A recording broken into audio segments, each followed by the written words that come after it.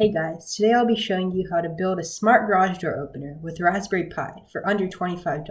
It's a fun and easy project you can do at home during quarantine. Let's get started. So first of all, you'll need some sort of Raspberry Pi to host the web server. Any version with Wi-Fi is fine, and even a 0W should be able to easily run the web server. Then you'll need some jumper wires to connect the sensor and the relay to the Pi. You'll need a 3 volts version of the HCSR04 sensor, because the 5 volts one isn't generally compatible with the Pi. You'll need a 5 volts relay to operate the actual garage door, and then an SD card with at least 8 gigs of capacity to run the OS and have the code. Lastly, you'll need some 2-core wire that we can use to connect the Pi to the garage door opener. First of all, we need to download and flash the operating system for the Pi to its SD card. To do this, we can go to the Raspberry Pi Foundation website and either download the Noobs installer or a Raspbian ISO.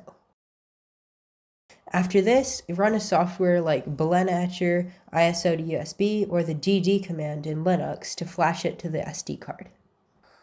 After you've flashed the card, remove it from your computer and plug it into the Pi. Plug a keyboard, mouse, and monitor into your Pi, and boot it up for the first time by connecting the power cable. If you chose the Noobs installer, choose either the full version of Raspbian or the one with the desktop included. When your operating system is finished installing, go through the standard configuration and settings of Raspbian.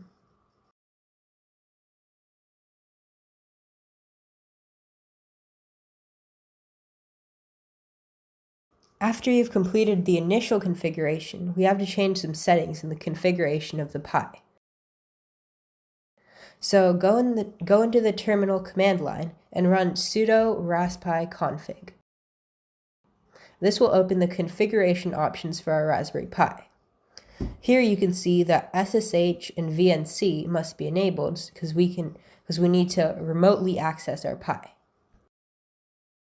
Click on VNC and SSH and enable both of those services so you can remotely access your Pi and code in all the stuff once it's connected to the garage door opener.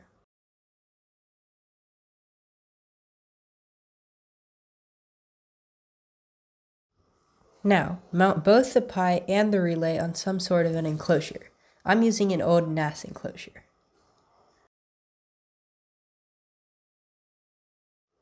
Now connect the VCC on the relay to the 3 volts pin on the Pi. This is pin 17, as you can see in this diagram. Then connect the IN 1 pin on your relay to a GPIO pin of your choice. I'm using pin 7. After this, connect the ground pin on the relay to one of the ground pins on the Pi. I'm using pin 9.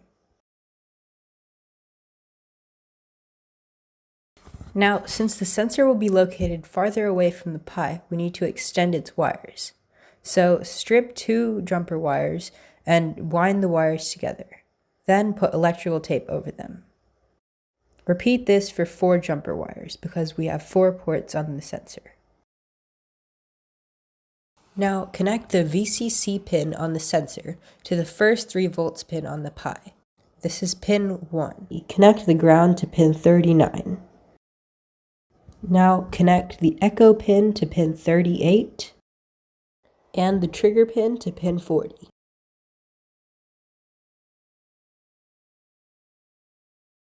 Before we install the device onto the garage door opener, plug in the 2 2-core wires onto the relay's normally open and COM ports. Then tighten down the screws. Now find a space on top of your garage door opener that doesn't have anything on it, like next to your chain. Then mount your enclosure using double-sided sticky tape or some other kind of adhesive. Now connect the wires from your relay to the push button and COM terminals on the back of your garage door opener. Then screw those terminals down. Now we have to position the sensor so it can detect whether the garage door is open or closed. To do this, I positioned a right-angle cardboard strip on the chain of the garage door. When the garage door is opened, it comes closer to the sensor, and when it's closed, it moves farther away. Now mount the sensor in place, and finally plug in all 4 jumper wires to connect it to the Pi. Now connect the micro USB power cable or USB-C power cable to your Pi, and then connect it to the outlet above the garage door opener. Your Pi should automatically boot up and connect to the network. The server we'll be running on our Pi is called Bottle.py. It's a lightweight web framework that's based on Python. VNC Viewer allows you to see your Pi's desktop and control it using another computer. To download this, open up your web browser and search for VNC Viewer. Go to the Downloads page and select your operating system, then click Download.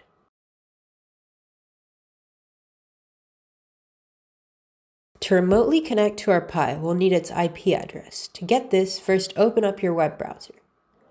After you've opened your web browser, type in your router's IP address. For me, this is 192.168.0.1. After the page loads up, enter the default username and password, which is admin and password. Once you've entered this, you'll see a menu. Click on Connected Devices. Here, we can see that Raspberry Pi is listed as one of our connected devices. This is our Pi. Once you click on that, you'll see its IP address. Take note of it, and we'll use it later on when connecting via VNC.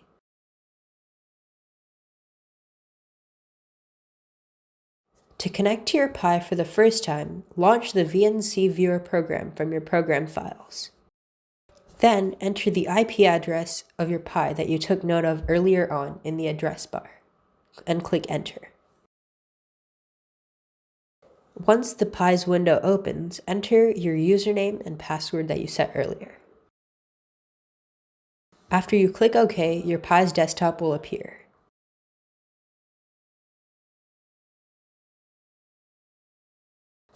Now we have to download the Bottle.py service to your Raspberry Pi.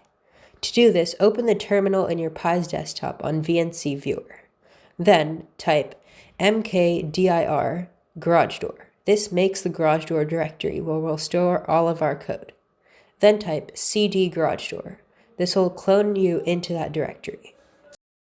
Now type the command shown to download the Bottle.py service to your Pi.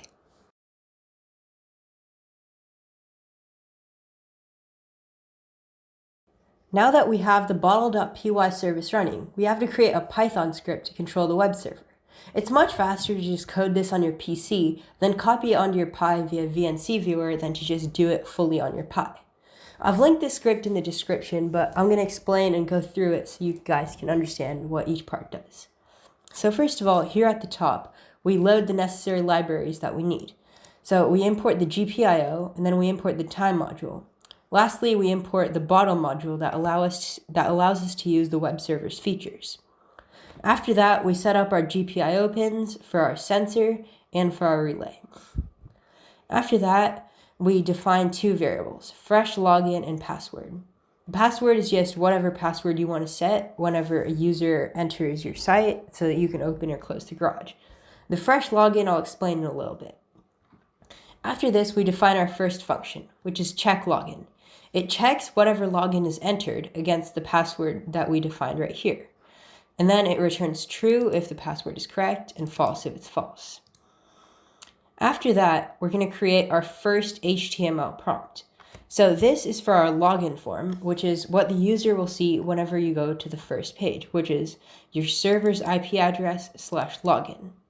So this code, what it basically does is it creates a login form, which is a box where you can enter your password and a button which says open.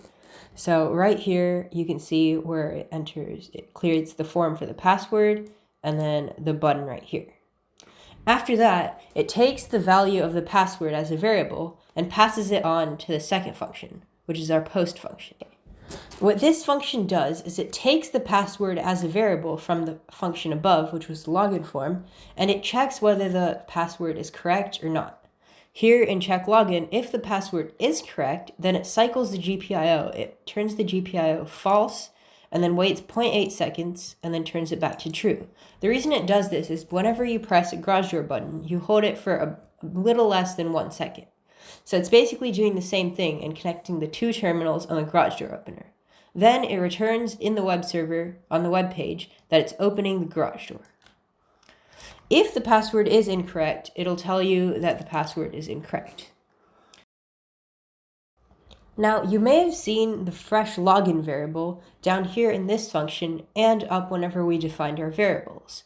So I experienced a problem on mobile browsers that whenever I reopened the browser, it would accidentally reopen the garage door because it would re-enter the password into the login field. So to solve this problem, I made this fresh login variable. Before the web page is accessed, the fresh login variable is true. But whenever the password is put in, it's changed to false so that it can't be accidentally reopened again. If you try to reopen it again after the fresh login is false, it won't let you and it'll tell you to restart your browser. Now, after we've defined our /login path, we also have to define our /sensor path. So this sensor path allows us to check whether the garage door is open or closed using the ultrasonic sensor. So what we're going to do is first we create pretty much the exact same login form that we had above so that any random person can't just look at whether your garage door is open or closed. After that, it passes the password to the check login function here in the post function, and then that checks whether the password is correct or incorrect. If the password is correct, then it goes on to set up the GPIO pins for the trigger and echo on the sensor as GPIO input and output. Then it waits for 2 seconds for the sensor to settle, and then sets the trigger to low and back to high. After that, it waits for 0.0001 milliseconds before setting to low again. Then, after that, it does a while loop where it checks whether the ultrasonic waves have traveled back to the sensor. After the waves have traveled back using the time.time functions, it can tell how long it has taken for the waves to travel back. After this, it converts that amount of time to centimeters using the speed of sound, and then it uses this if-else function to check whether the garage is open or closed. This distance of 80 centimeters is for my garage door, but it'll differ based on what kind of garage door you have. Then down here we have the else for the top if function that tells you that your password was incorrect. This last line here runs the Bottle.py server on your Raspberry Pi's IP address on port 1234. Once you finish writing your code, you need to copy it onto your Pi so that we can run the Bottle.py server. Open up VNC and go into your Pi.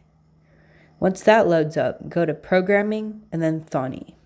Thonny is the Python interpreter we're going to use. Copy your code from your other text editor into Thonny.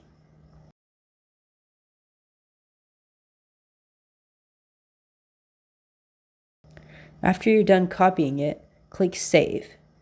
Then go into the garage door directory and enter the name doorscript.py as the name.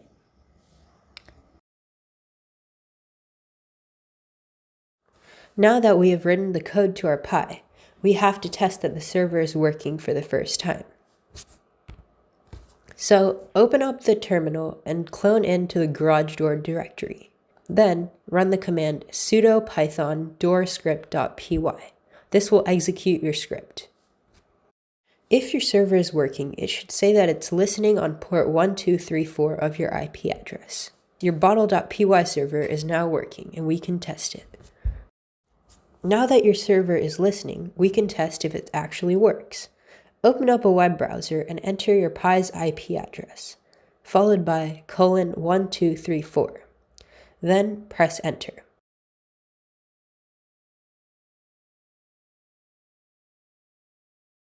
If it worked, you should see a 404 not found error screen just like this.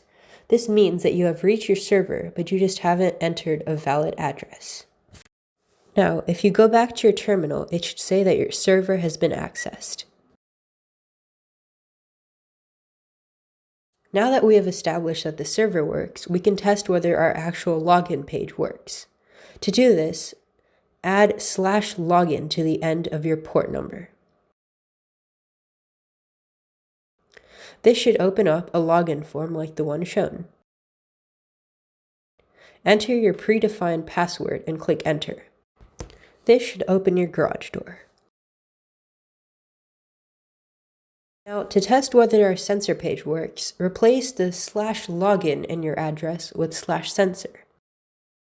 Once your page loads up, you should see a similar login form to what you saw on the /login page.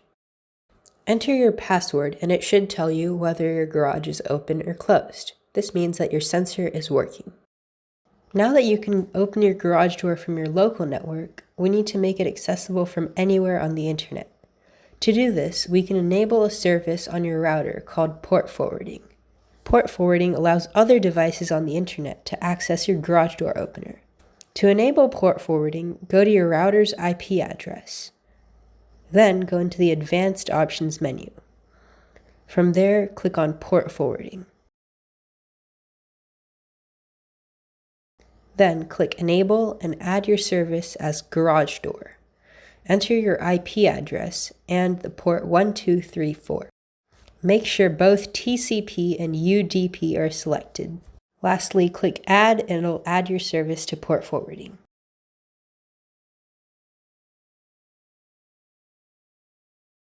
Now that we have enabled the port forwarding service, we need the public IP address of your Raspberry Pi to be able to connect to it from anywhere on the internet. To get this, open your Pi in VNC and open the Chromium web browser. Then search What is my IP?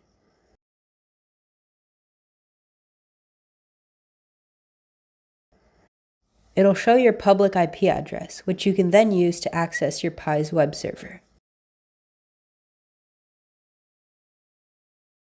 After finding your Pi's public IP address, connect to a mobile data network. Then, enter your Pi's public IP address into the browser, followed by :1234/login. This will load up your login page. Enter your password into the login form, and your garage door should open.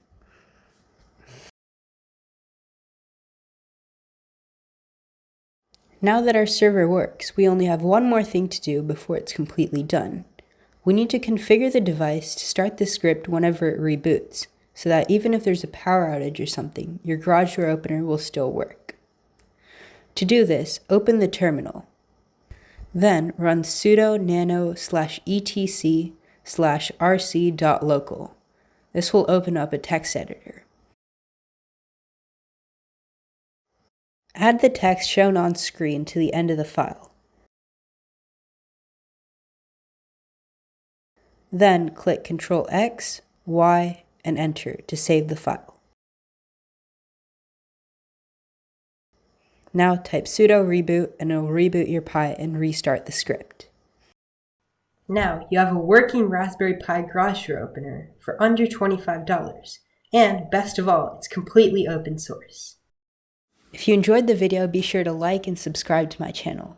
Comment down below if you have any questions. Thanks for watching.